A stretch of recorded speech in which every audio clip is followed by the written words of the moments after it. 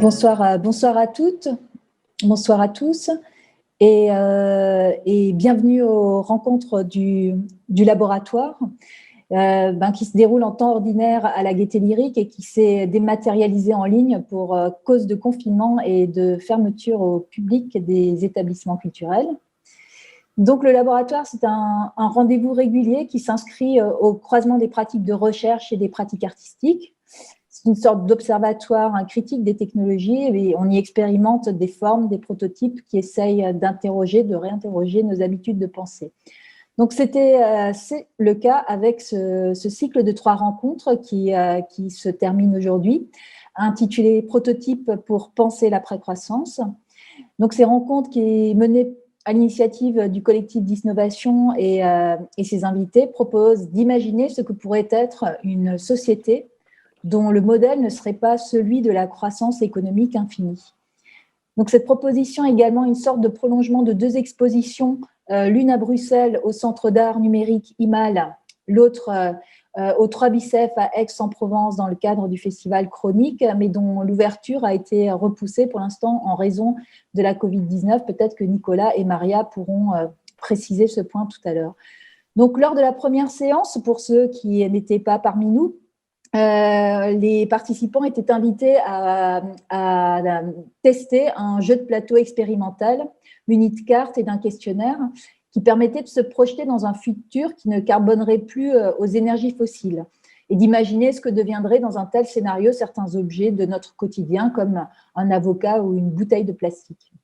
La seconde séance s'était penchée sur la reprogrammation des imaginaires avec une intervention de Pauline Briand qui nous a présenté des œuvres de science-fiction qui résonnaient avec la collection d'interviews que Disnovation a réalisée avec des chercheurs, des théoriciennes et des activistes rencontrés ces 2 dernières années aux États-Unis, en Belgique et en France.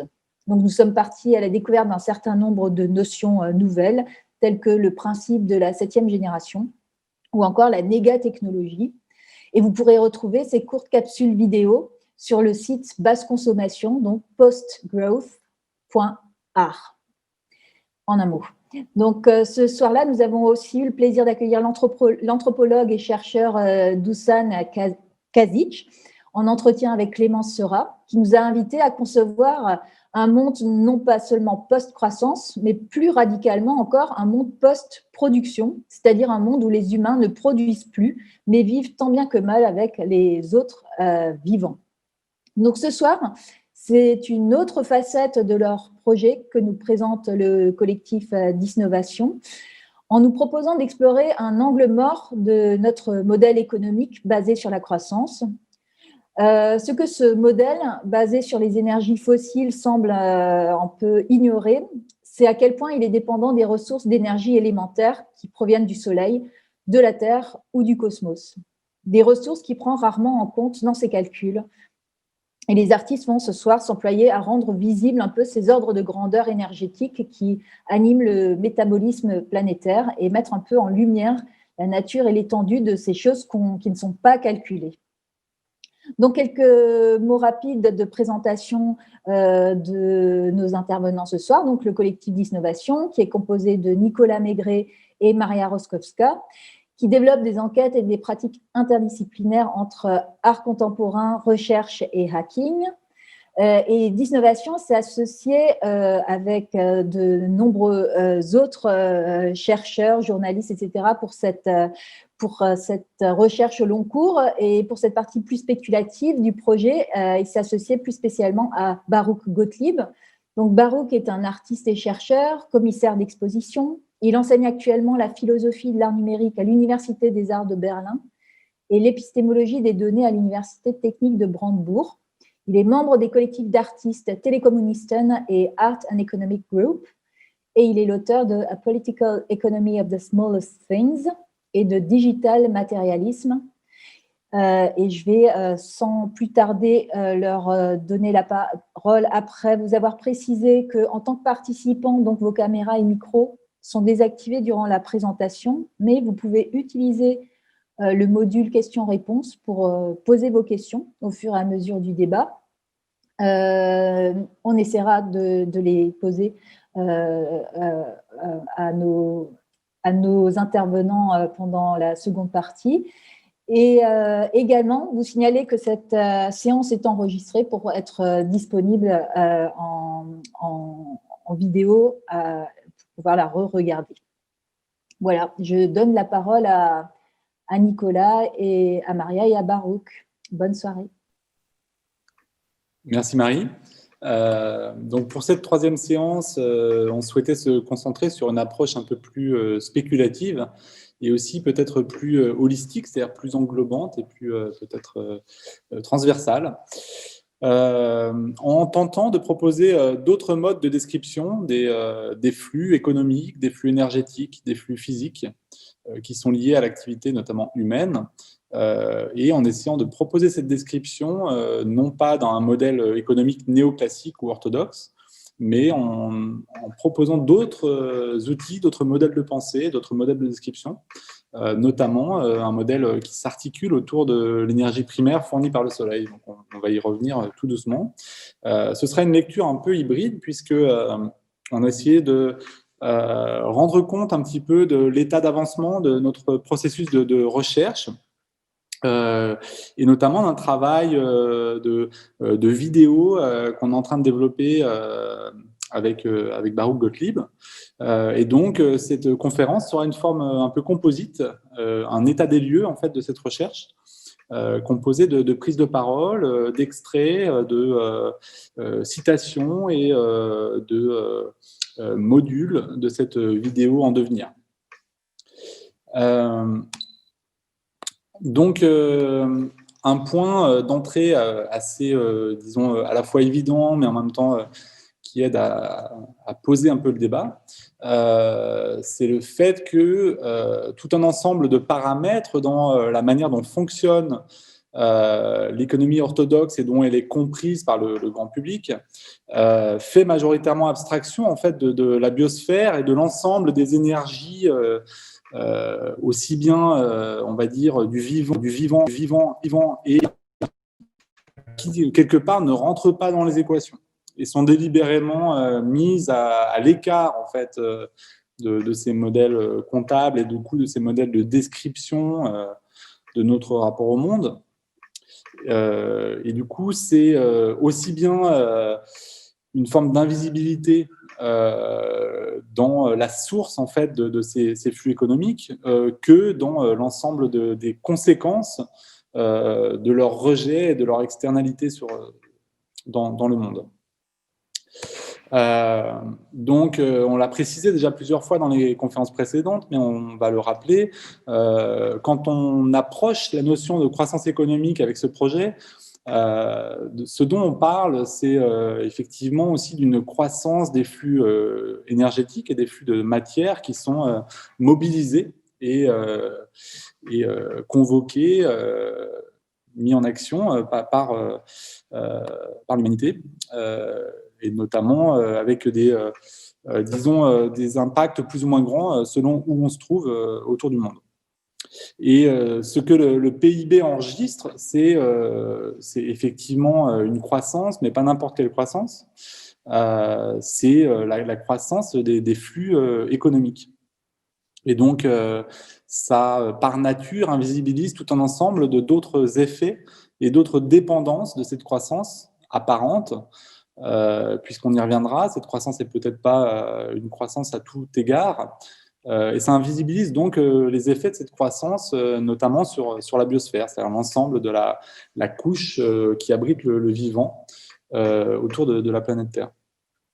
Donc, on va venir en fait illustrer ces recherches et ces différents modules en fait de notions et d'intuition par des extraits. On va vous lire le premier extrait. Et donc, je vais arrêter les vidéos pour que vous puissiez voir en plein écran. C'est un extrait d'un personnage public assez connu en France, Jean-Marc Jancovici, qui est à la fois ingénieur et consultant sur les questions de transition et de sortie des énergies carbonées. Et on va voir un tout petit extrait où justement il parle de différentes manières dont on pourrait quantifier, calculer et mesurer ce qu'on considère ou non comme une croissance. Puisque, comme vous le savez, et que je vais vous montrer dans pas longtemps, les ressources naturelles sont toutes gratuites par convention dans notre système économique. Donc le système climatique est gratuit par convention dans notre système économique. Vous n'avez pas une seule valeur d'action qui intègre l'existence du climat. D'accord ? Il n'existe pas. Et comme quand un actif est gratuit, le dommage à un actif, il vaut 0. Donc combien vaut le fait de ficher en l'air le système climatique ? 0.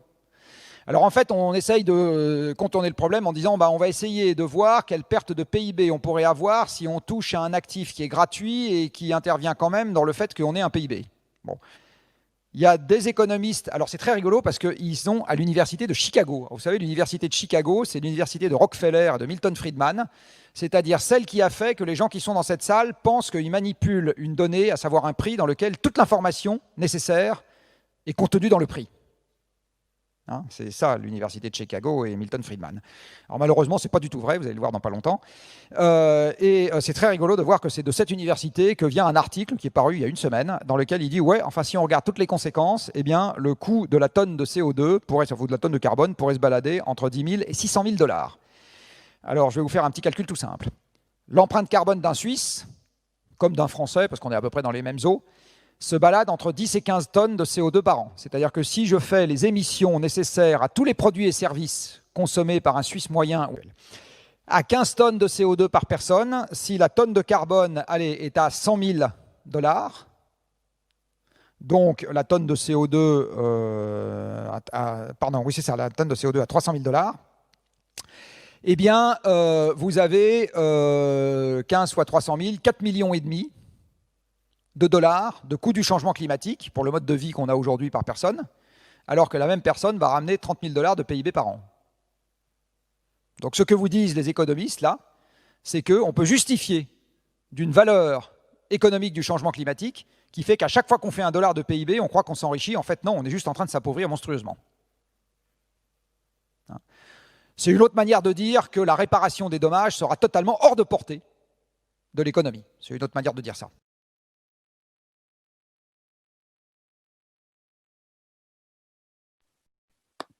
Voilà, donc c'est juste une petite mise en contexte avec beaucoup de calculs, donc il y a des gens que ça doit rebuter, j'imagine. Mais en gros, ça illustre un petit peu une première étape pour introduire, disons, d'autres modes de description de nos interdépendances à la biosphère et en tout cas de signifier que dans le modèle économique, d'autres acteurs peuvent être intégrés et que l'intégration de ces autres acteurs transforme complètement le récit qui est du coup décrit par ces modèles. Et dans ce processus de recherche, on s'est intéressé justement à ces différents modes de description, et notamment dans les modes de description proposés aussi par le monde de l'écologie des écosystèmes et de la comptabilité environnementale, c'est-à-dire des modes de comptabilité de nos relations avec les environnements et de potentiellement aussi les services que ces environnements rendent, entre guillemets, aux vivants et aux humains. Et donc, un des modèles qui nous a intrigués et beaucoup intéressés, c'est un modèle formulé par Howard Odum, un pionnier de l'écologie des écosystèmes, qui a initié un outil de comptabilité environnementale qui s'appelle l'émergie. Et donc, ce mode de comptabilité, l'émergie, donc avec un M, qu'on appelle aussi la mémoire de l'énergie, c'est en fait l'idée d'incorporer dans la description justement de la valeur d'un bien ou d'un service l'ensemble des énergies qui ont été nécessaires à sa création ou à sa transformation. Donc ça caractérise tous les produits et services en équivalent d'énergie solaire, c'est-à-dire en quantité d'énergie qui a été nécessaire à la conception d'une certaine tâche, en considérant en fait que les irradiations solaires sont les seules entrées ou les majeures entrées en termes d'énergie sur le système Terre. Et donc, du coup, on arrive à sortir, à s'extraire quelque part d'une vision purement monétaire pour faire rentrer en fait d'autres acteurs dans l'équation. Donc, on va vous lire un petit extrait qui permet de contextualiser un petit peu cette notion. Direct solar energy, ancient sun condensed into fuels, the life history of plants and animals who have learned to survive together on this planet, the courses and cleanliness of rivers, all of these contribute to the sustainability of life on the planet and are modeled according to a system called Amergy. Amergy provides us with a lens to understand our existence on this planet in the context of fathomless interdependencies and vast historical energy flux.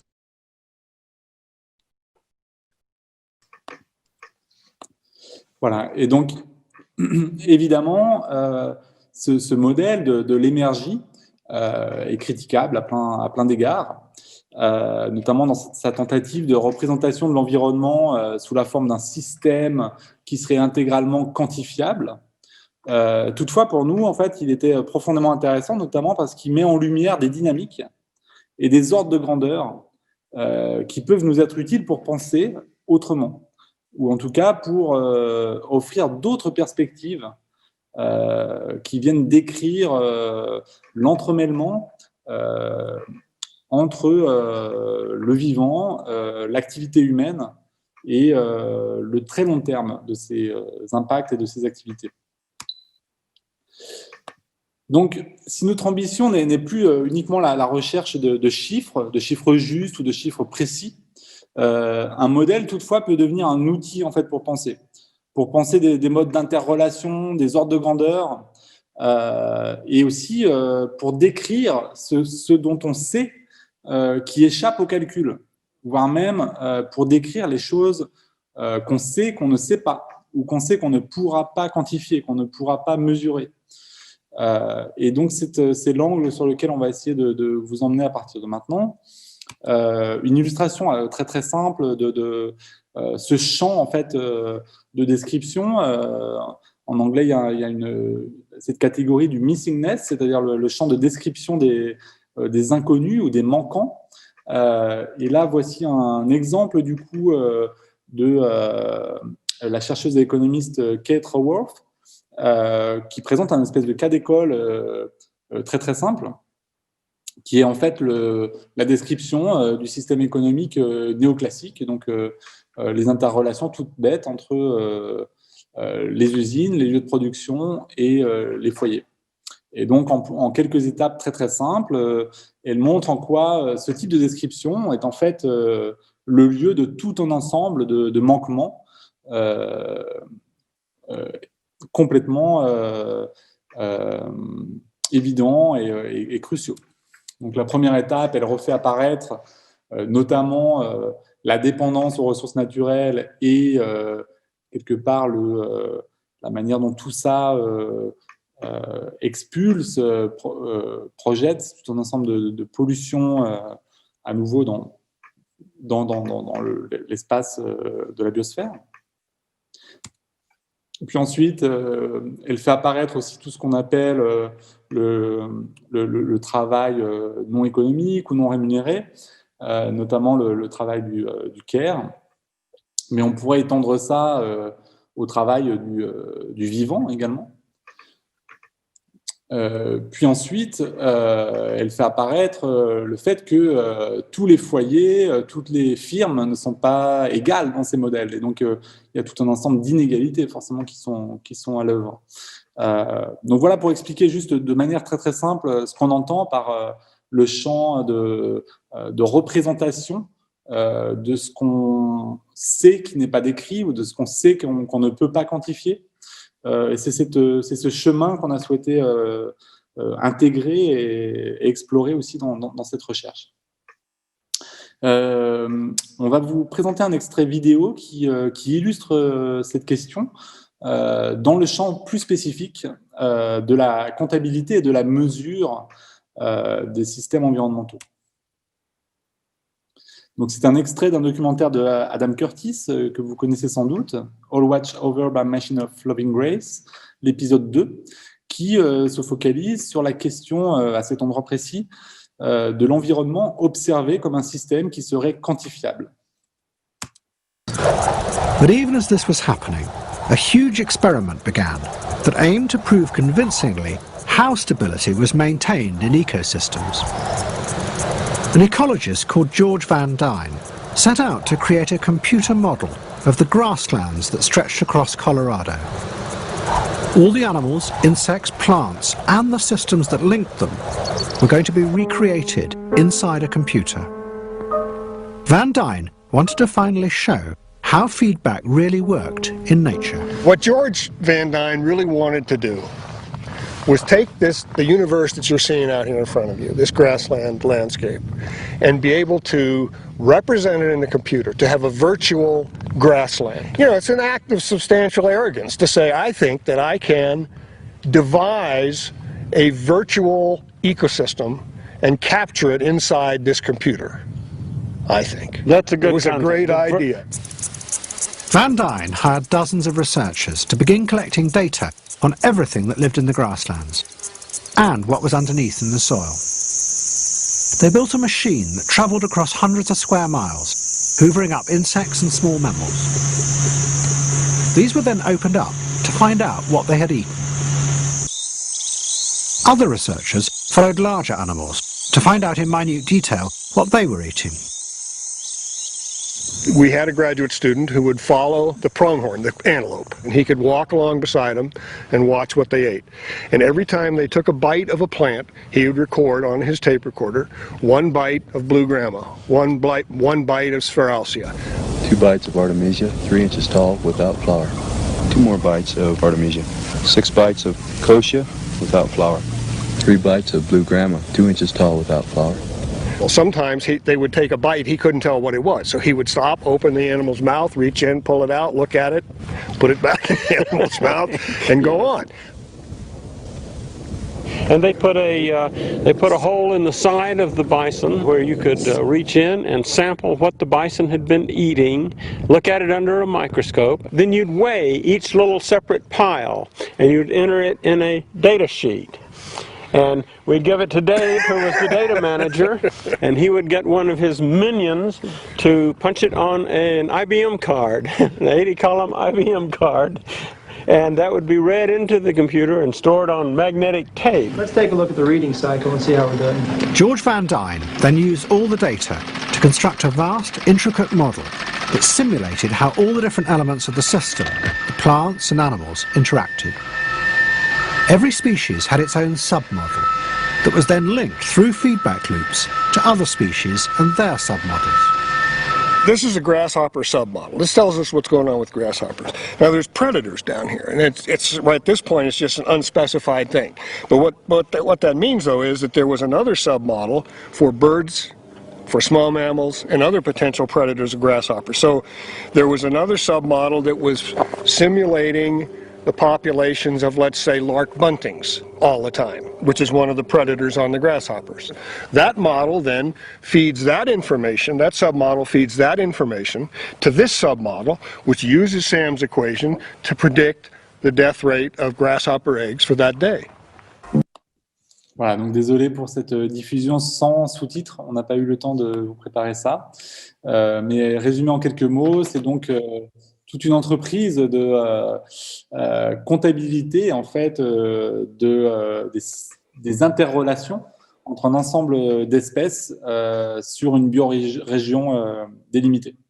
Et donc évidemment cette tentative a une forme complètement en même temps excessive et paradoxale qui n'a jamais réussi à produire une réelle description satisfaisante de ces interrelations.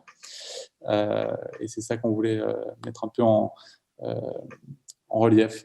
Et donc voici un prototype de schéma d'artiste qui, quelque part, synthétise nos réflexions préparatoires sur le sujet et que Baruch Gottlieb va décrire. Oui, ok, salut tout le monde.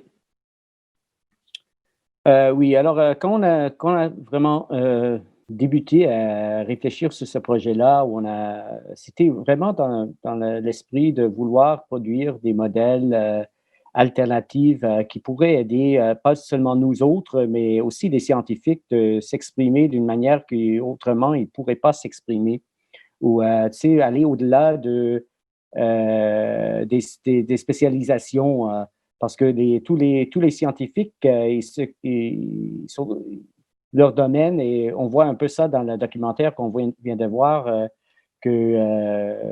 on voit que les gens, ils sont vraiment approfondis dans des détails qui correspondent à leur training, leur façon de voir le monde à travers leur spécialisation, mais ils ne s'entrecommuniquent pas.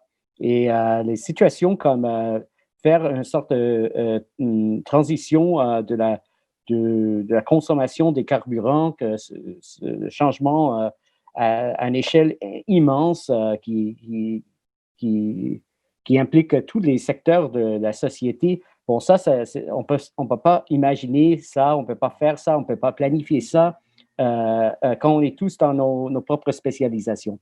Alors, on a essayé de trouver des façons de communiquer synthétiques qui pourraient aider pas seulement nous autres, mais aussi les scientifiques et aussi la public générale, les activistes, les gens dans la politique, de mieux comprendre les enjeux qui nous font face. Alors, c'est ça qu'on voulait générer à travers notre projet ensemble. Alors, un aspect, c'était des diagrammes. Bon, les diagrammes, comme a mentionné Nicolas, ils sont toujours un peu...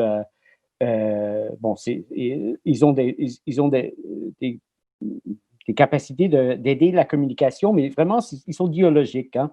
Ils ne sont pas là pour montrer la vérité, ils sont là pour aider à faciliter des discussions sur des phénomènes complexes. Et là, dans ce diagramme-là, on peut voir que, on a une sorte de modèle compréhensif de tout ce qui est, toute sorte d'énergie, de flux d'énergie qui sont dans la production des besoins pour les besoins humains. Alors, un des enjeux qui nous fait face si on vise une transition de le carburant fossile vers une autre source d'énergie, c'est de comment combler tous les besoins humains sur la Terre à travers cette transition-là, dont peut-être on n'aura pas autant d'énergie disponible pour tout le monde qu'on a aujourd'hui. Alors qu'on est habitué dans nos sociétés haute technologie développées. Alors, ça, c'est l'enjeu. Alors, on a essayé de tout marquer dans le... on a essayé de tout marquer dans notre diagramme ici. On voit, voilà, le Big Bang, l'énergie solaire, c'est pas seulement... c'est ça qui c'est notre... C'est une énergie, c'est une radiation qui vient à la Terre, mais aussi toutes les capacités des minéraux qui sont dans la Terre sortent du Big Bang. Hein. Toutes les radiations, l'uranium, la capacité énergétique de uranium, par exemple, vient du Big Bang. Alors, il y a ça. Là, c'est transformé à travers des millions d'années de travail terrestre, on pourrait dire travail planétaire. Et ça, c'est ça qui fait un peu, qui essaie de compter le modèle de Odum, le modèle émergie. On essaie de montrer, c'est aussi dans les discours de Yankovici, à quel point on est en train d'exploiter des produits qui ont pris des milliards ou des millions et des milliards d'années à se faire et qui sont vraiment d'une manière très, très profondément non renouvelable. Alors là, on est, par exemple, les carburants fossiles. Voilà, on a divisé là entre activité humaine et pas humaine, alors un concept de travail de biosphère et aussi un travail humain qui à fin de compte, réussit à générer ce qu'on a besoin comme humain pour survivre sur la Terre. Alors ça, c'est un exemple, bien sûr que inadéquat, mais un exemple pour faire parler, pour discuter. Peut-être qu'on pourrait plus en discuter à la fin. Super. Donc du coup, au-delà de l'économie, en fait, en quelque sorte, donc, toutes ces intuitions et ces espèces de provocations et d'éléments scientifiques nous ont conduit à l'idée que la survie énergétique du vivant, et notamment de l'humain, repose sur, quelque part, la captation, en fait, directe ou indirecte, des radiations solaires. La captation directe de la radiation solaire, c'est ce qu'on pourrait connaître dans le règne du végétal ou dans le monde du végétal. La captation indirecte, ça pourrait aller jusqu'aux ressources fossiles, qui sont ces accumulations, on va y revenir. Et donc, c'est la piste de réflexion que nous avons souhaité entreprendre et qu'on va présenter et illustrer ici à travers une citation de Thomas Saraceno sur la question du métabolisme social. Les chercheurs en écologie industrielle et sociale font référence au régime socio-métabolique pour définir les basculements d'époque dans les relations énergétiques entre les humains et leur environnement, en établissant une corrélation stricte entre celles-ci et des ensembles valeurs sociales spécifiques. Ils affirment notamment que 2 des principaux régimes métaboliques ont été basés sur l'énergie solaire, à savoir les sociétés des chasseurs-cueilleurs et les sociétés agraires. Bien qu'il existe des sociétés qui dépendent encore aujourd'hui de ces relations avec le Soleil, ainsi qu'avec toute autre espèce qui peuple la Terre, celles-ci sont menacées par la domination du régime métabolique actuel, un régime pleinement basé sur les combustibles fossiles qui caractérise l'Anthropocène. Cependant, ce régime touche à sa fin en raison précisément de la raréfaction de ces mêmes combustibles fossiles et des coûts environnementaux qui y sont liés, obligeant à repenser la manière dont nous pouvons coexister avec la planète et ses ressources. Que pourrait être le 4e régime métabolique des sociétés et qui participe à l'Anthropocène? Quelles seraient les nouvelles valeurs permettant de dépasser une économie fondée sur l'extraction des énergies fossiles? Cela pourrait se faire par une réarticulation de notre relation avec le Soleil et le cosmos, en élargissant les frontières terrestres pour entrer dans une interplanétarocène. Les êtres vivants évoluent au seuil de l'échelle cosmique des énergies, respirant des poussières interplanétaires mélangées à des émissions de carbone noir, témoignant de cette interface limitrophe.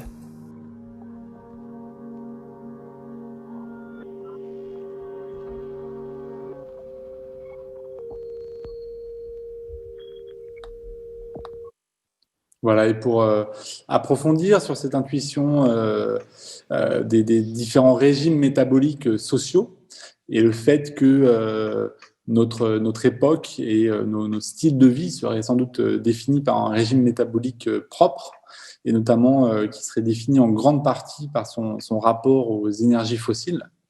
On souhaitait partager cet extrait qui vient en fait définir la notion de soleil ancestral qui va jouer tout de suite. For the vast majority of human history, humans lived on current sunlight. Sun fell on the fields grew plants, the plants made cellulose, plant matter, animals ate the cellulose, we ate the plants, we ate the animals, we wore clothing made out of the plants and animals. We were living off of current sunlight. It was our food supply, it was our clothing, we heated with wood, it was our heat supply, it was our light supply, it was all current sunlight. So the sunlight that fell on the earth in a year was the maximum amount of sunlight that we could use. It was the maximum amount of energy that we could use. And from the earliest evidence of human civilization 150,000 more or less years ago up until a few thousand years ago, pretty much that's how we lived. And our population never surpassed 1 billion people. And then we began discovering that there were these little pockets of ancient sunlight, finding coal here and a little bit of oil there. And slowly, between that and the agricultural revolution, slowly our population crept up until we hit our first 1 billion people. And so it didn't take us 100,000 years to go from 1 billion to 2 billion. Our second billion only took us 130 years. We hit 2 billion people in 1930. Our third billion took only 30 years, 1960. It's amazing when you think about it. When John Kennedy was inaugurated, there were half as many people on the planet as there are today. And the reason that we've been able to have this exponential growth of population is because we're creating food and clothing and everything else, transportation, we're doing it all with this ancient sunlight that was stored in the earth 300 and 400 million years ago. And if we were to have to go back to simply living off current sunlight, lacking technology, the planet couldn't sustain more than 500 million to, at the most, 1 billion people.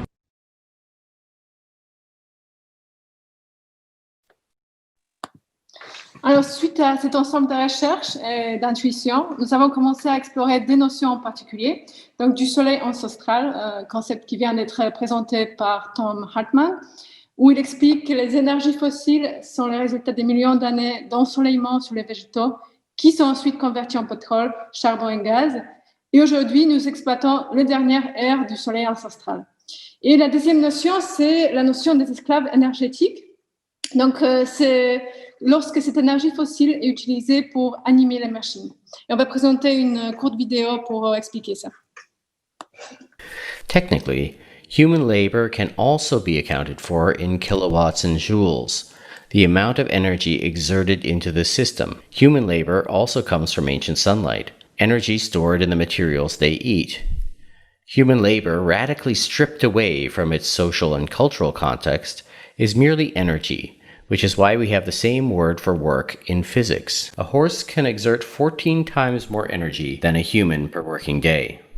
A machine powered by combustion can exert several orders of magnitude more. Buckminster Fuller calls the fuel that powers machines energy slaves, equivalents of human work. Our petroleum weights represent the volume of petroleum equivalent in energy to a duration of human labor. Most economics considers fossil fuels as a natural resource and therefore has no value on its own. Rather, the value comes from human processes involved in extracting, refining, distributing, and using it. The relative inexpensiveness of fossil fuels is that which led to the abolition of slavery, not moral principle. Machines powered by cheap fuels were simply able to deliver more energy for agriculture per unit of currency than slaves. Alors, comme nous pouvons parfois nous sentir un peu envahis par les chiffres et les calculs, nous avons conçu une série de projets sculpturaux, on appelle ça objets éloquents ou expériences physiques, qui sont des incarnations des notions et ordres de grandeur, souvent un peu trop abstraits pour faire une expérience physique. Donc, nous avons commencé un projet qui s'appelle Energy Slave Token, qui est directement inspiré des notions Energy Slave, donc esclave énergétique de Buckminster Fuller, qui vient de 1940. Et Buckminster Fuller a introduit ce terme pour décrire l'énergie requise pour alimenter les modes de vie modernes, en fait. Donc, ce concept fait référence à l'énergie technologique ou mécanique, équivalente à la capacité de travail physique d'un adulte humain, en fait. Donc, les besoins en énergie pour tout le monde peuvent être calculés de cette manière. Donc, en 2013, il a été estimé que Européens moyens emploient l'équivalent de 400 à 500 esclaves énergétiques, 24 heures sur 24. Et nous avons matérialisé ces concepts sous forme de poids en bitume. Donc, c'est des étalons en bitume qui est équivalence en énergie pétrole et énergie de travail humain. Donc, l'étalon Energy Slave Token représente vraiment une série de poids. Il y a une heure, un jour, une semaine, un mois, une année et une vie.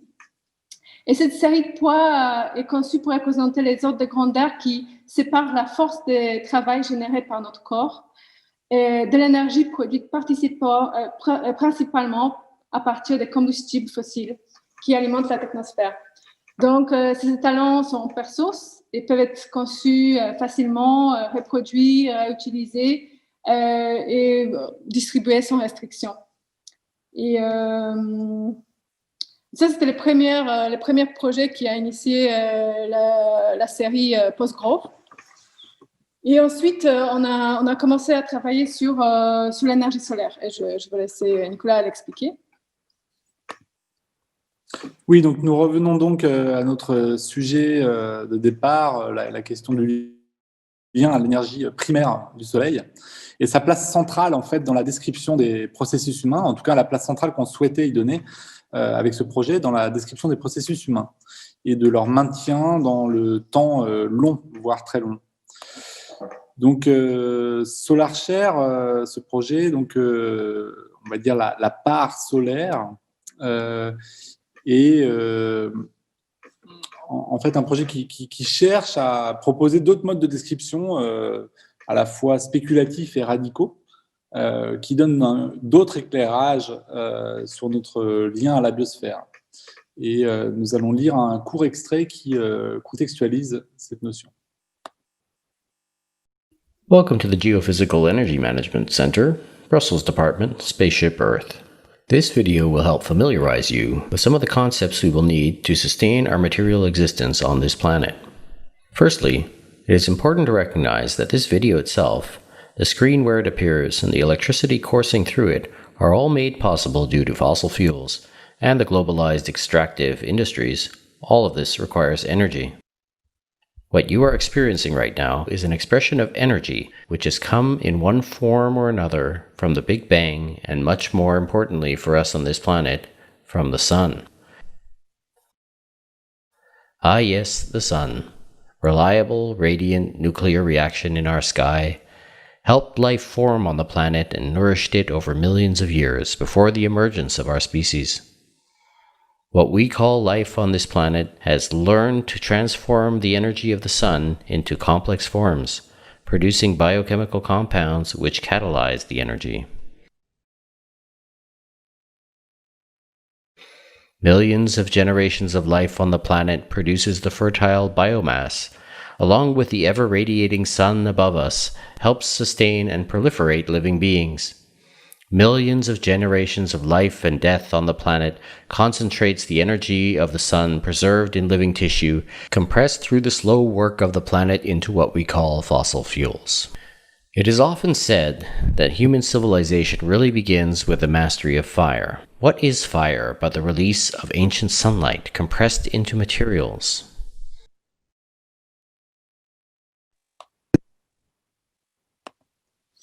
Donc, dans le prolongement de cette réflexion sur l'énergie primaire venant du Soleil et en lien aussi avec les notions d'observation et de représentation de ce qui n'est pas généralement décrit, de ce qui est invisibilisé, etc.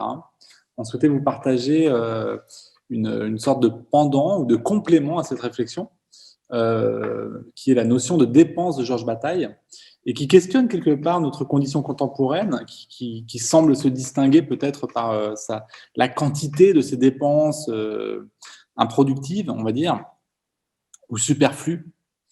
Pour autant, Georges Bataille nous rappelle que ces dépenses sont au cœur de toute société, c'est-à-dire cette dépense superflue de matière, d'énergie, etc., notamment à travers les sacrifices de festivals, les guerres, etc.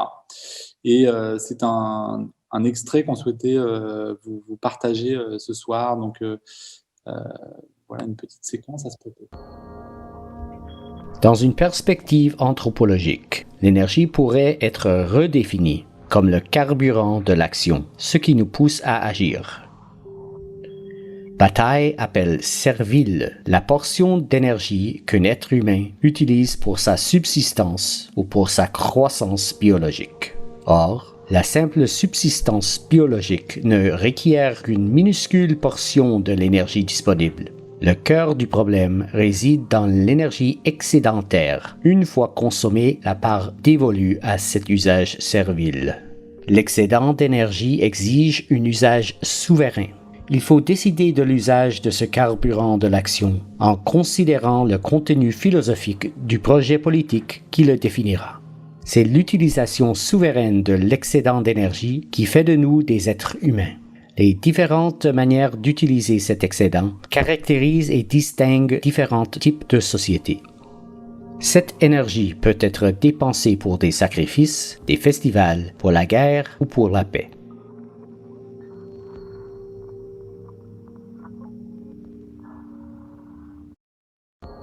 Bataille fait remarquer par exemple que la société tibétaine utilise presque exclusivement son excédent d'énergie pour entretenir une caste particulière de moines.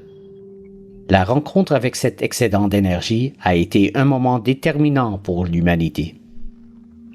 C'est de ce point de vue que cet excès d'énergie constitue, selon Bataille, une part maudite. Elle oblige les êtres humains à remettre en question le sens de leur vie et leur place dans le monde.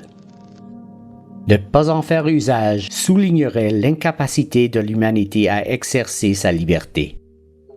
C'est ainsi que toutes les sociétés humaines ont institué des formes rituelles de dépenses, c'est-à-dire des formes de destruction de l'énergie disponible au-delà du servile.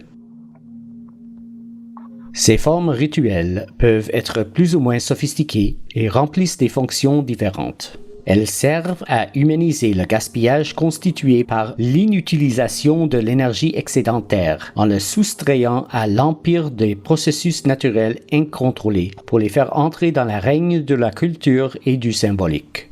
Elles ôtent à l'énergie sa dimension utilitaire, biologique, fonctionnelle, pour le faire accéder au sacré.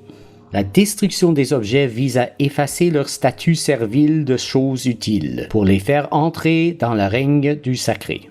C'est dans le sens même de sacrifice, produire des choses sacrées à travers leur destruction rituelle. Elle supprime physiquement la présence angoissante de ces excédents et, par là même, l'injonction à être et à agir qu'ils s'expriment.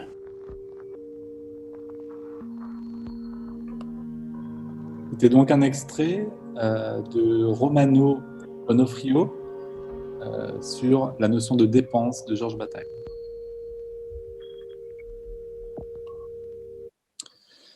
Et donc, une série de projets artistiques ont émergé de ces différentes recherches sous le titre anglais de Solar Share, la part solaire, en écho à la part maudite, et en écho également aux actions qui s'appelle Share en anglais. Et donc, on va vous présenter une deuxième petite mise en contexte à nouveau de Jean-Marc Jancovici sur une estimation un peu farfelue de la valeur économique des services rendus par les écosystèmes, qui s'appellent souvent les services écosystémiques, et du coup qui sont évalués à tort et à travers, et notamment utilisés quelquefois pour évaluer notamment les compensations que doivent reverser des grandes entreprises pour avoir endommagé les écosystèmes, par exemple. On va écouter ce qu'il a à nous dire sur ce sujet. Dans l'économie que vous avez apprise à l'école, on vous a expliqué que les ressources naturelles étaient gratuites. C'est un axiome de l'économie classique.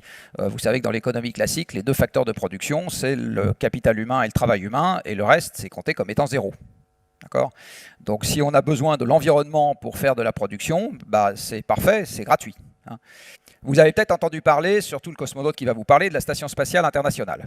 Alors la Station spatiale internationale a coûté 100 milliards de dollars pour être construite. Alors, elle sert essentiellement à M. Pesquet à prendre des photos, accessoirement à d'autres choses. Non, alors, 100 milliards de dollars. 100 milliards de dollars, et là-dedans, vous avez pour 6 personnes, je dis bien pour 6 personnes, de quoi respirer, de quoi boire, partiellement en recyclant vos propres urines, de quoi appeler Houston pour dire que ça, la Terre, c'est beau vu d'en haut, puis ça s'arrête là. Et une pression atmosphérique. D'accord ? À ce prix-là, vous n'avez même pas de quoi faire pousser une carotte. Vous n'avez pas de sol, vous n'avez pas le bruit des vagues, vous n'avez pas les lapins qui se reproduisent, et vous n'avez absolument pas la neige qui tombe l'hiver. D'accord ? Vous avez juste quelques sous-ensembles, tout petits, de ce que Mère Nature, sur Terre, nous offre gratuitement. Et ça vous coûte quand même 15 milliards de dollars par personne, cette histoire. Donc moi je me dis, bon, la planète, ce que la nature nous a donné gratuitement, en fait, si je le comptais, ça vaudrait au moins 15 milliards de dollars par personne, puisque sur Terre, on trouve au moins de quoi respirer, on trouve au moins un cycle de l'eau, et puis en fait, on trouve beaucoup d'autres choses.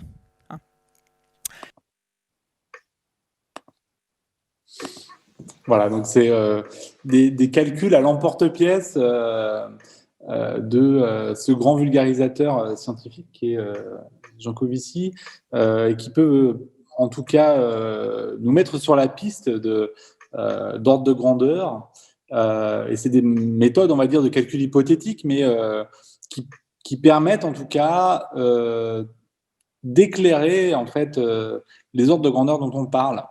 Et donc, un petit peu sous ce type d'approche à la fois qui frôle l'absurde, mais qui en même temps permet un éclairage sur ces ordres de grandeur et ces modes d'interrelation, on a initié une forme de ferme laboratoire cette ferme est au maximum en fait coupée de ses liens avec les écosystèmes, c'est-à-dire qu'elle est complètement hors sol.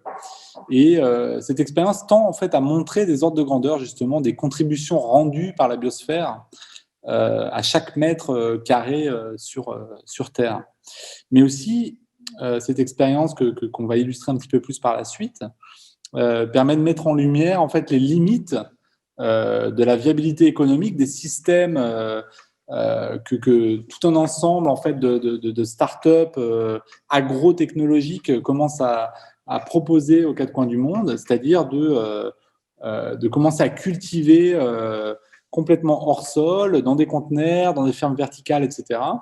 Tout un ensemble de végétaux, en se basant sur la relative le fait que les ressources fossiles sont quasiment gratuites aujourd'hui. Donc, c'est-à-dire que en fait, les modèles de culture hors sol se basent sur un moment historique qu'on est en train de vivre, où le transport des marchandises, la fabrication de l'électronique et le coût des ressources fossiles est très très bas. Et donc permet la viabilité de modèles qui sont quelque part quasiment absurdes ou excessifs dans le rapport entre l'énergie qui est nécessaire en fait pour faire survivre de petits espaces de végétaux et la quantité de végétaux qui peut être cultivée dans ces espaces.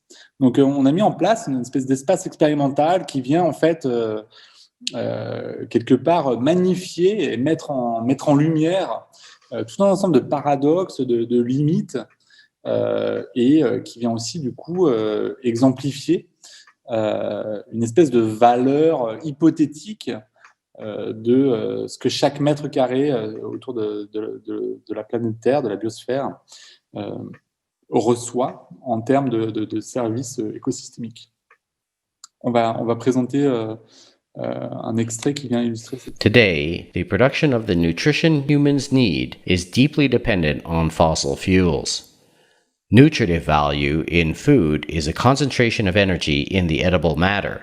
Staple foods like rice and wheat require much more energy than foods that contain less nutritive value, such as tomatoes, basil, or cabbage. Vertical farms in cities can produce profitably hydroponically grown leafy greens, tomatoes, peppers, cucumbers, and herbs, all with far less water than conventional agriculture requires.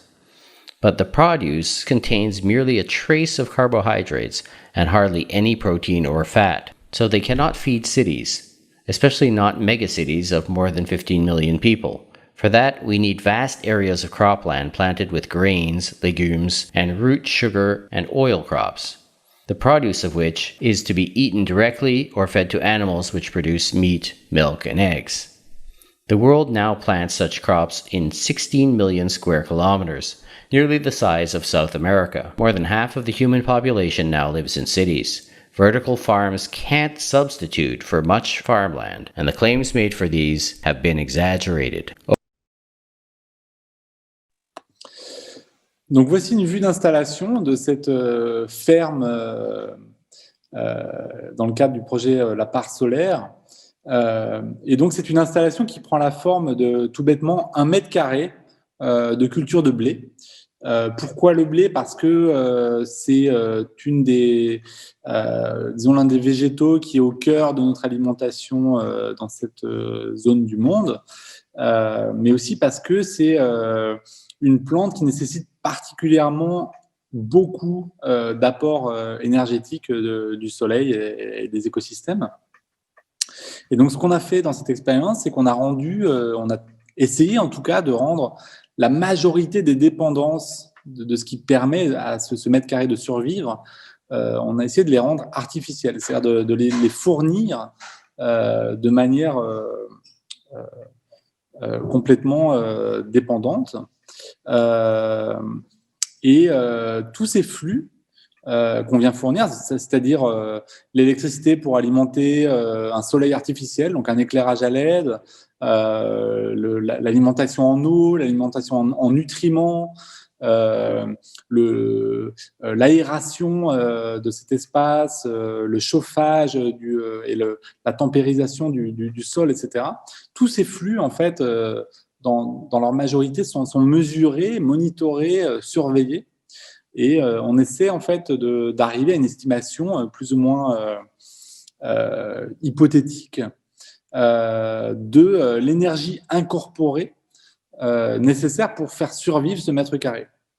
Et donc ensuite, on présente en fait les résultats de cette enquête selon différents modèles de calcul et différents modèles de comptabilité pour justement montrer ce dont dépend, ce à quoi tient la survie de ce mètre carré. Et selon les différents modes de calcul et de comptabilité, quelles limites, quelles problématiques cela nous permet d'observer, de prendre en compte, et comment peut-être cette prise en compte et cette observation nous permet d'être critique et de penser autrement le modèle orthodoxe dans lequel on vit.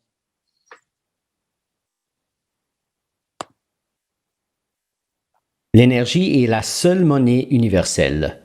L'une de ses formes multiples doit être transformée en une autre afin que les étoiles brillent, que les planètes tournent, que les plantes poussent et que les civilisations évoluent.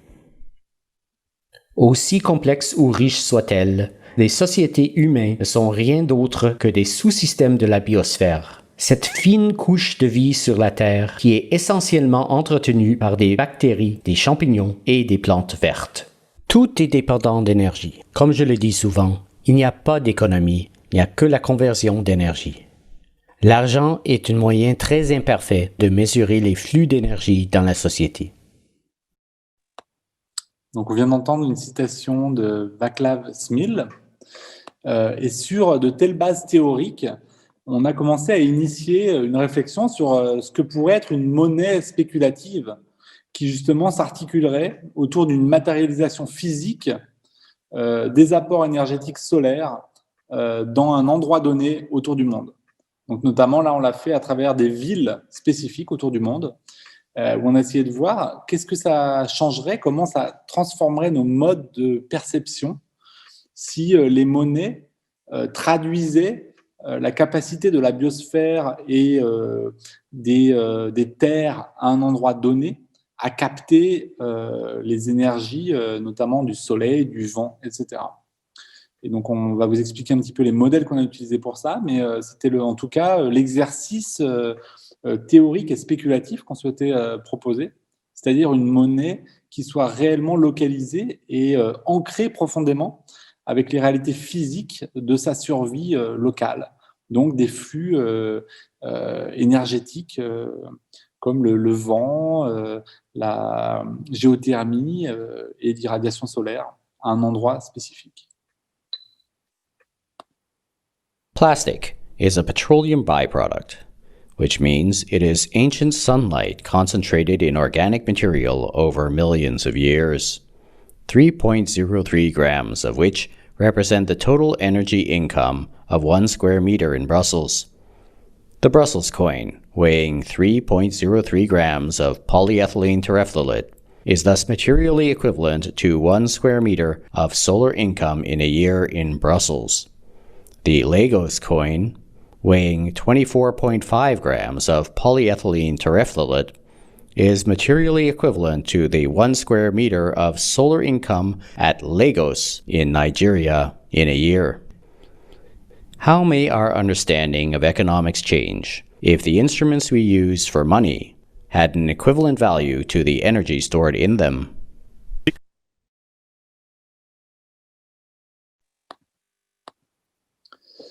Donc, sur ce modèle en fait, d'équivalence énergétique dont on vient de vous parler, L'idée est de venir rendre compte de l'irradiation solaire moyenne dans une ville donnée, en utilisant le modèle comptable de l'énergie dont on vous a parlé un petit peu plus tôt. Donc plus précisément, c'est l'idée de venir rendre compte des flux d'énergie captés en fait par la biosphère en moyenne dans chaque mètre carré sur une année dans une ville donnée.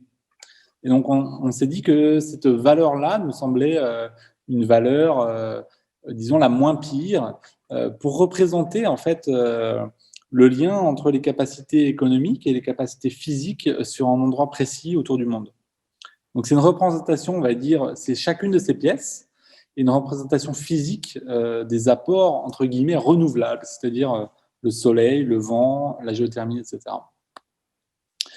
Donc c'est une équivalence énergétique selon ce modèle comptable de l'énergie. Donc en gros, matériellement, le plastique contenu dans chacune de ces pièces, selon ce système comptable qui est celui de l'énergie, a la même empreinte en termes de quantité d'énergie que 1 mètre carré d'irradiation et de flux d'énergie renouvelable dans cette ville donnée. Donc là, on peut voir une pièce qui correspond à Rovaniemi, qui est une ville située au nord de la Finlande. On peut voir une pièce un peu plus grosse correspondant à Bruxelles, qui fait à peu près 3 cm de large, qui est la capitale de Belgique.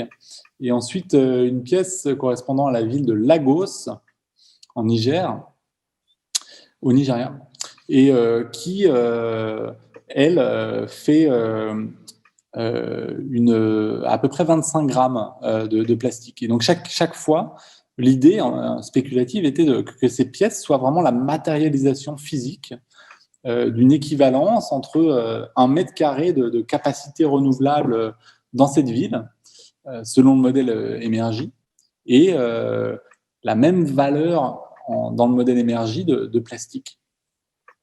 Donc ce modèle a plein de limitations, mais nous, d'un point de vue de la provocation que ça propose, c'est un modèle qui nous intéressait.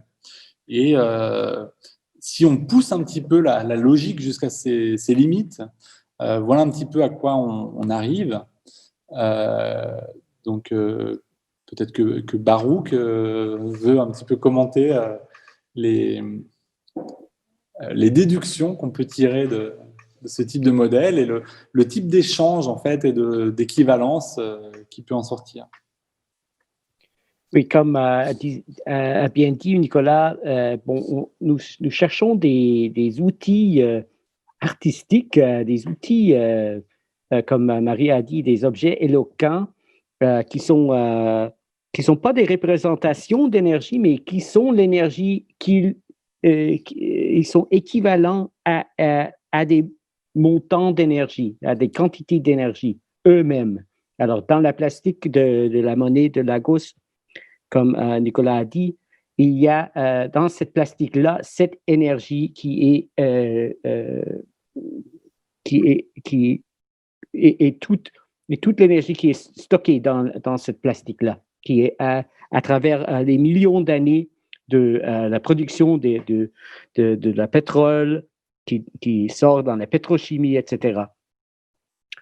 Et puis là, dans la bitume des tokens de Energy Slave qu'on a vu tout à l'heure, ce n'est pas des représentations, ils sont des équivalences de le travail d'un homme moyen en Belgique pendant des périodes en bitume, dans cette carburant, carburant qu'on peut sortir de la même énergie. Alors, ils sont des équivalences. Et c'est ça qui est très fort là-dedans, on espère. Bien sûr que oui, c'est très problématique et nos calculs, nous publions les calculs ouvertement pour qu'ils soient critiqués par les scientifiques, par les experts, parce que nous voulons améliorer, pas seulement améliorer nos calculs et améliorer les objets eux-mêmes, leur façon de communiquer, mais aussi d'attirer des spécialistes scientifiques à nous de se joindre à ce projet et utiliser d'autres façons notre façon de praxis esthétique et artistique, peut-être mieux communiquer ce qu'ils ont dans la tête, ce qu'ils abritent. Là, on a pris de la logique un peu plus loin. On a voulu encore rendre plus palpable, moins abstraite tout ce discours-là. Alors, on voulait faire des conversions entre notre monnaie spéculative, la monnaie, par exemple, la monnaie Bruxelles, et alors voilà, c'est en français, alors peut-être c'est à Aix, ça. Et des autres produits qu'on peut acheter sur le marché. Par exemple, banane, 190 grammes. Ça représente l'insolation, c'est l'irradiation du soleil et certains autres flux énergétiques qui passent sur 1 mètre carré en France pendant 1 an. Si on faisait une monnaie de ça, une monnaie en plastique, on pourrait normalement échanger cette monnaie-là pour une banane, à peu près ça. Alors, 1 an d'insolation et un peu d'autres flux énergétiques sur 1 mètre carré en France. Et voilà, il y a des autres correspondances là que vous pouvez voir. Il y a 180 grammes de raisin, 6 grammes de poisson. Bien sûr que le poisson, c'est cher.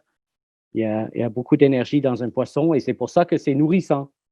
C'est pour ça que c'est cher parce que c'est nourrissant.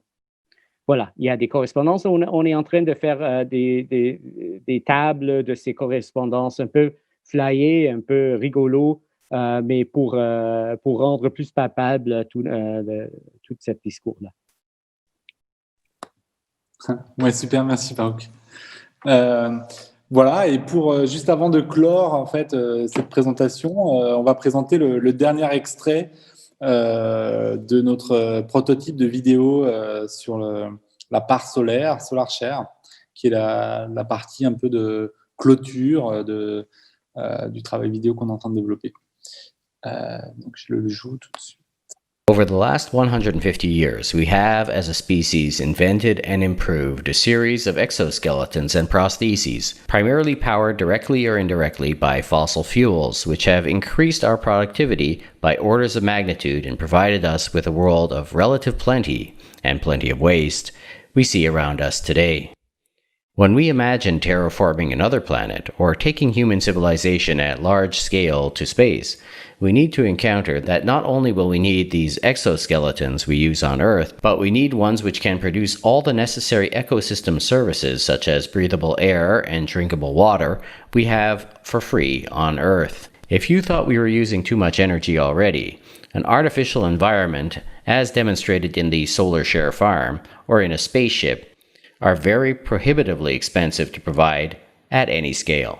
The voyage through the energy demands of sustainable human being, which depends on the rich interplay of life on the planet, brings us to the realization that we already find ourselves on a spaceship which is able to generate the conditions for sustainable life and even thriving on it without us needing to dedicate too much extra energy to provide for our needs. Spaceship Earth, a random rock expelled out of the Big Bang, the product of millions of years of material processes, a miracle of renewable life. This does not make it any easier, for the management of energy needs of everybody within the complex and sensitive ecology of the planet, we will need to constantly learn and develop new hybrid knowledges and practices which benefit from modern science in interagency with traditional holistic understandings of materiality and life, with modesty and recognition of the limits of human understanding and control.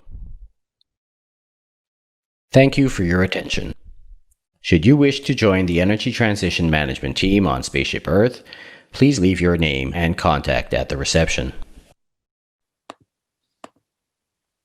Voilà, donc c'est évidemment un projet en cours qui ne cherche pas à la perfection, mais plutôt à créer des outils de provocation, on va dire, et de stimulation. Donc on va continuer ce développement sous forme de recherche artistique, mais aussi de travail avec des partenaires académiques, des activistes, des lieux culturels pendant les prochaines années.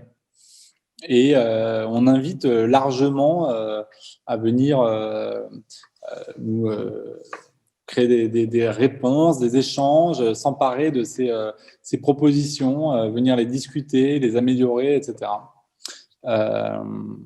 Et peut-être que Baruch souhaite un petit peu abonder dans ce sens-là. Je sais que c'est quelque chose auquel tu tiens beaucoup.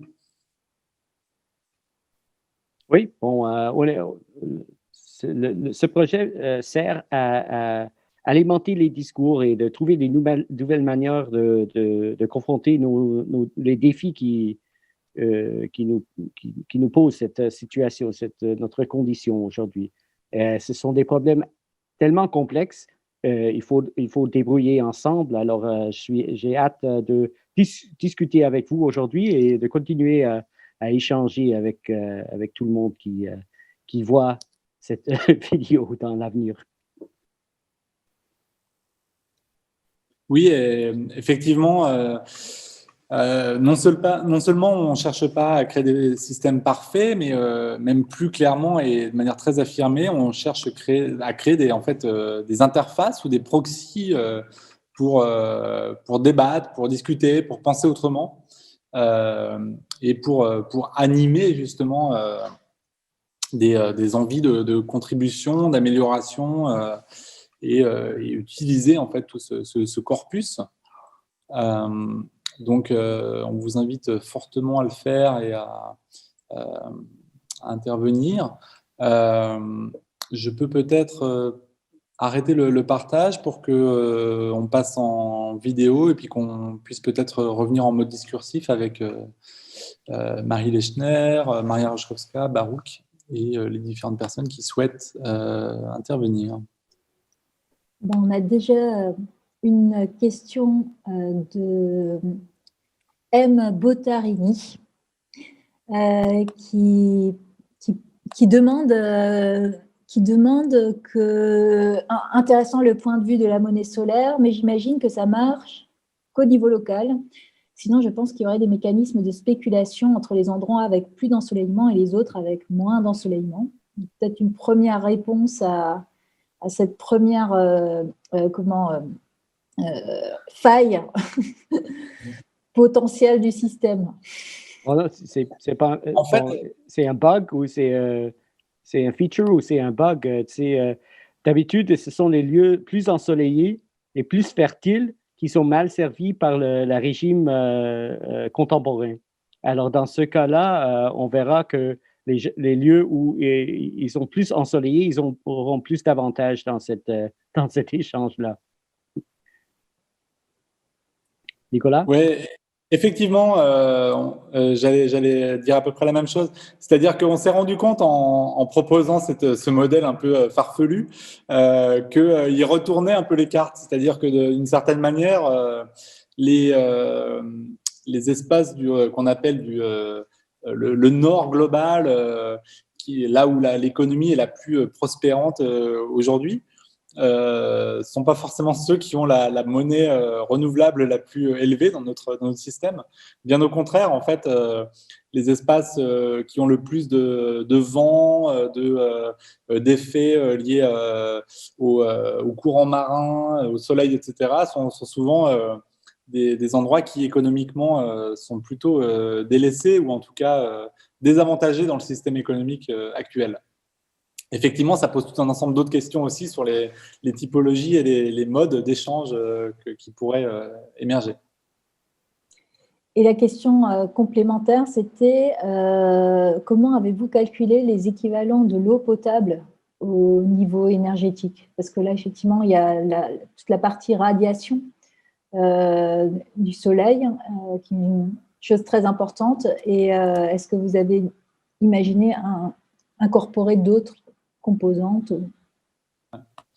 Alors du coup, pour cette première étape du projet, donc ça fait à peu près 1 an, ça fait 2 ans qu'on travaille sur le projet en général, mais 1 an qu'on le met un peu à l'épreuve et qu'on commence vraiment à utiliser des modèles scientifiques pour avancer dans différentes hypothèses.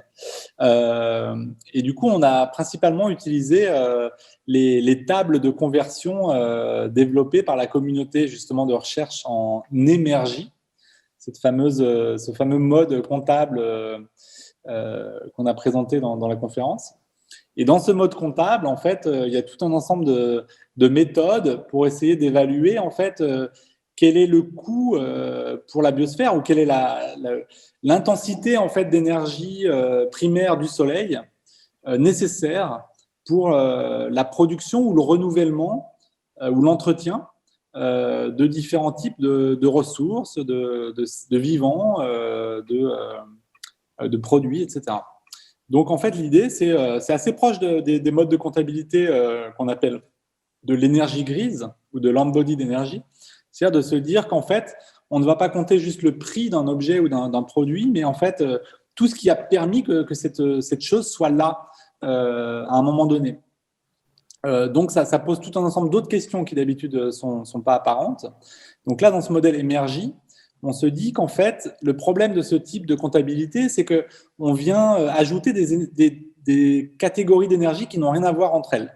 Donc, c'est-à-dire qu'on va mélanger du transport qui utilise des ressources fossiles avec de l'irradiation solaire pour le végétal, etc. Et tout ça va être mis dans une équation qui n'arrive pas à discuter, en fait. Donc, le modèle énergie, en fait, il propose de trouver des méthodes pour tout convertir en équivalent énergie solaire. Donc, du coup, c'est ça qu'il a d'assez intriguant et intéressant, même si c'est un peu farfelu, c'est de trouver des manières de tout comptabiliser et de tout faire correspondre dans une équivalence d'énergie solaire primaire qui serait sur le très long terme nécessaire pour ces différentes parties de l'équation. Donc, du coup, même le fait de maintenir de l'eau potable vient convoquer en fait tout un ensemble d'acteurs écosystémiques qui sont nécessaires en fait pour que l'eau reste potable, que les flux restent actifs et dans un équilibre en fait souhaitable. Et donc c'est ça qui permet d'obtenir quelque part une valeur en énergie solaire pour que l'eau reste potable. Donc ce système amène à donner une valeur solaire à tout un ensemble de produits et de services et de denrées selon cette équivalence solaire. En SEJ, qui veut dire équivalent en joules solaires. Voilà, c'est l'unité en fait de comptabilité de ce modèle. Dans le chat, on vous demande aussi si vous avez un lien sur ce mode de comptabilité, en fait, sur l'énergie et sur est-ce que c'est... Voilà, si vous avez cette ressource, si vous voulez bien la partager. Ah oui.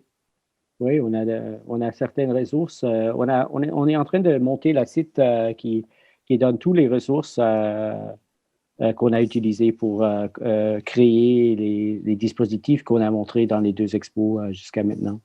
Alors, la première partie de cette site, c'est avec les entrevues qu'on a déjà montrées dans les séances antérieures de cette série.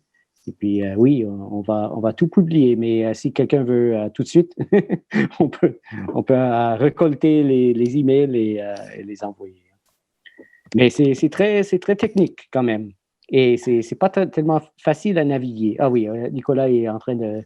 Je crois qu'il est en train de montrer. Alors, et c'est vraiment, c'est un casse-tête incroyable dont on a dû aussi consulter avec des experts de énergie, pas ici en France, mais là-bas en France, pour vérifier si on a bien compris comment utiliser ces chiffres-là. Et on n'est toujours pas complètement convaincu qu'on a bien compris, mais c'est toujours en processus là. Bien sûr que l'énergie, c'est aussi en plein changement et plein développement comme modèle de calcul. Alors oui, les montants qu'il donne pour l'eau potable, c'est vraiment, c'est vraiment drôle. C'est pas très cher l'eau potable chez les émergistes. Mais j'aime aussi la façon comme l'inverse de calculer Jancovici.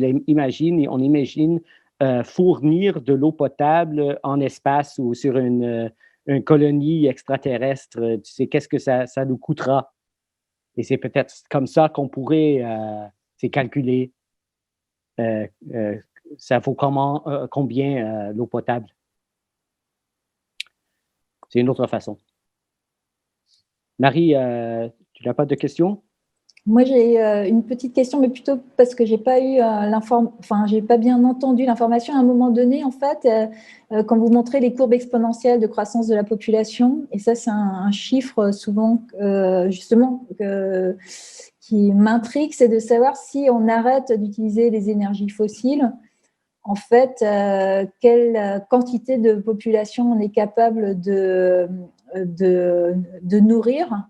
Et je me demande s'il y a des études, des modèles aussi qui ont été faits, parce que c'est souvent un peu l'angle mort de toutes les discussions sur l'écologie. Oui, en fait, c'est ça que disait Tom Hartman dans le petit clip qu'on a montré, que si on revenait 100 ans en arrière, on pourrait seulement nourrir 1 milliard ou plus de personnes sur la Terre. Alors, c'est de vraiment couper toute la consommation des carburants fossiles d'une manière très, très vite. Ça serait l'enfer total. Ça serait... ouais. Et est-ce que, en fait, par exemple, en fait, ce modèle-là de revenir, il repose sur le fait que juste de voir combien on était avant qu'on commence l'exploitation du pétrole, ou il prend en compte les nouvelles formes énergétiques, même si on a vu dans les précédentes séances qu'il n'y a pas de transition énergétique et que c'est plutôt des énergies qui s'accumulent. Oui. Peut-être que d'autres personnes pourraient dire peut-être le nucléaire ou d'autres types de ressources en fait permettraient de résoudre ce problème. J'imagine que c'est un genre de discours qu'on peut tenir. Chez Yankovici, aussi chez Paul Kochot, il lance cette alternative-là. Parce qu'il s'agit de ce qu'on appelle densité d'énergie d'un dispositif d'énergie. Là, Yankovici et Paul Kochot analysent comme l'éolienne ou le solaire comme pas aussi dense pour remplacer d'une manière rentable les besoins énergétiques de la population du monde. Mais la seule technologie qui nous dispose aujourd'hui, qui est utilisable, à grande échelle, c'est le nucléaire. Alors, pour éviter un collapse total avec toutes les conséquences infernales qui prendraient place en faisant une transition vers une économie sans carburant fossile. La seule manière de le faire réaliste, c'est de faire plus de nucléaire. Alors, je ne sais pas si on peut donner juste la parole à M. Bottarini ou si je lis toute sa réaction sur le chat, ou peut-être que vous l'avez lu et que vous pouvez peut-être lui répondre avant qu'on clôt cette rencontre. C'était M. Bottarini. Oui. Ouais. Okay. Donc, c'était le côté un peu flou de ce système de calcul du niveau énergétique. Après, en fait, c'est une réponse parcellaire forcément, mais on vient clairement proposer ça comme des modes de provocation ou de stimulation et pas comme des solutions absolues. Et évidemment, ça va de pair avec ce dont on a parlé beaucoup pendant les sessions précédentes, c'est-à-dire une reconfiguration aussi des systèmes de valeurs et des modes de fonctionnement sociétaux. Et donc, sans doute qu'il ne faut pas prendre en compte ce type d'unité de valeur dans une modalité individualiste et on va dire atomisée de la société. Puisque, effectivement, si on pense de cette manière-là, tout modèle économique sera dans tous les cas défaillant. C'est-à-dire que si on considère que dès l'instant où une personne a une capacité à agir ou à travailler moins importante et l'aide d'évaluer dans sa capacité à être et à subvenir à ses besoins, forcément, il y a déjà une faille par définition. Donc, ça va de pair avec tout un ensemble d'autres problématiques et d'autres réflexions et d'autres transformations à développer, qui sont bien au-delà de modèles économiques, tant bien même qu'ils arriveraient à résoudre les questions qu'on a soulevées pendant cette conférence.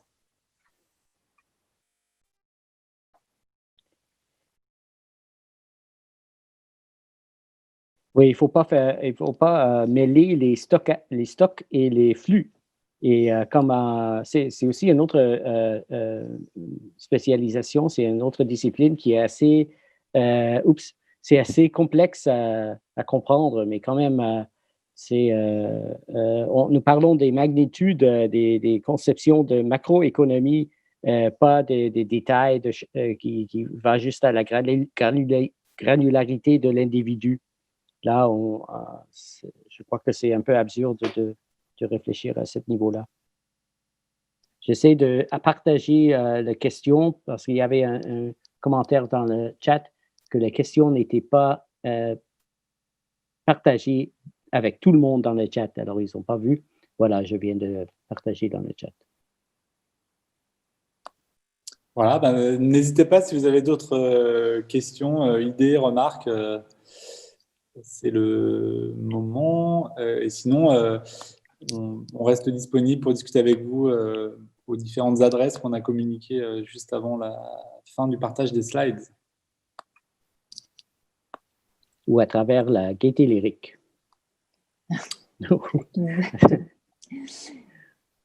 En tout cas, merci beaucoup Nicolas, Maria et Baruch.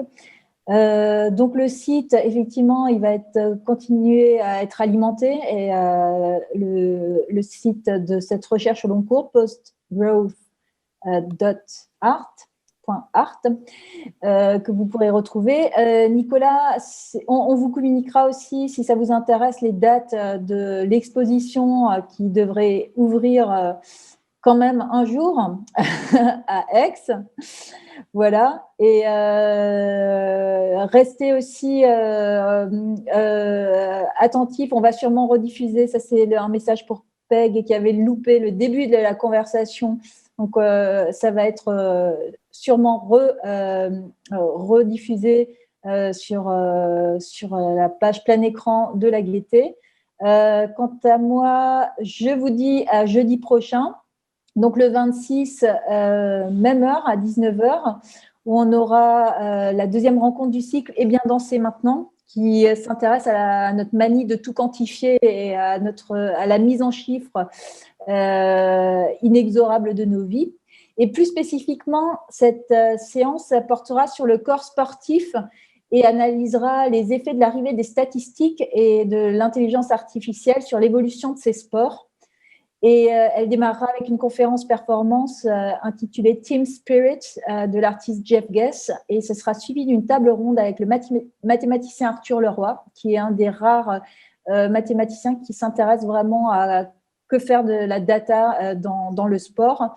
Et avec Camille Trimardo, qui est graphiste et ex-gymnaste et qui a fait un très beau travail sur la notation des mouvements de gymnastique. Et cette séance sera streamée en live et voilà, au plaisir de vous retrouver au moins sur le cloud, à défaut de vous retrouver pour de vrai très vite. Merci beaucoup pour votre attention. Merci Marie pour ton invitation. À bientôt. Merci tout le monde, merci Marie, merci les deux. Ciao. Bientôt. Ciao.